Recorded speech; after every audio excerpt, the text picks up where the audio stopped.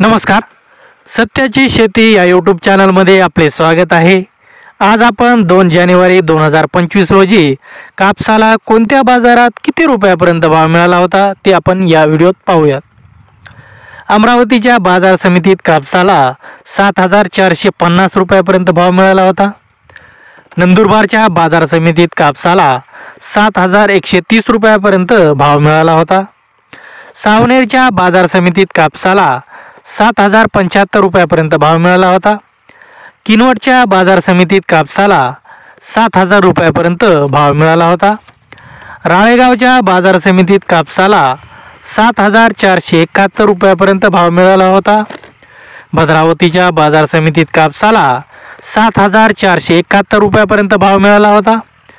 समुद्रपूरच्या बाजार समितीत कापसाला 7,471 रुपयापर्यंत भाव मिळाला होता. वडवणीच्या बाजार समितीत कापसाला 6,999 रुपयापर्यंत भाव मिळाला होता. पारशिवनीच्या बाजार समितीत कापसाला 7,125 रुपयापर्यंत भाव मिळाला होता. घाटंजीच्या बाजार समितीत कापसाला 6,955 रुपयापर्यंत भाव मिळाला होता. अकोलाच्या बाजार समितीत कापसाला 7,471 रुपयापर्यंत भाव मिळाला होता. उमरखेडच्या बाजार समितीत कापसाला 7,070 रुपयापर्यंत भाव मिळाला होता. सेलूच्या बाजार समितीत कापसाला 7,471 रुपयापर्यंत भाव मिळाला होता. बारामतीच्या बाजार समितीत कापसाला 6,600 रुपयापर्यंत भाव मिळाला होता. हिंगणघाटच्या बाजार समितीत कापसाला 7,300 रुपयापर्यंत भाव मिळाला होता. वर्धाच्या बाजार समितीत कापसाला 6,471 रुपयापर्यंत भाव मिळाला होता.